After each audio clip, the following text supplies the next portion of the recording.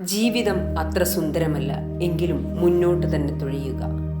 ഏതെങ്കിലും ബാഹ്യശക്തിയുടെ ഇടപെടലിൻ്റെ പേരിൽ ജീവിതത്തെ ഒന്നാകെ പഴിച്ചും വിധി നിങ്ങൾക്കെതിരാണെന്ന് വിശ്വസിച്ചും ശ്രമങ്ങൾ അവസാനിപ്പിക്കുകയും ചെയ്യുവാൻ എളുപ്പമാണ്.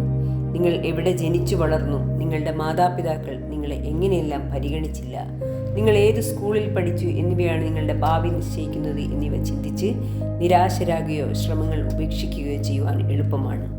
അവയിലൊന്നും അല്പം പോലും സത്യം അവശേഷിക്കുകയില്ല.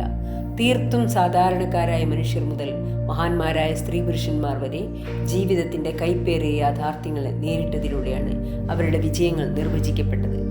Helen Keller, Nelson Mandela, Stephen Hawking, Malala Yousafzai, മോക്കി മാർട്ടിൻ എന്നിങ്ങനെ ചിലരുടെ ജീവിതങ്ങൾ മികച്ച ഉദാഹരണങ്ങൾ മാത്രം.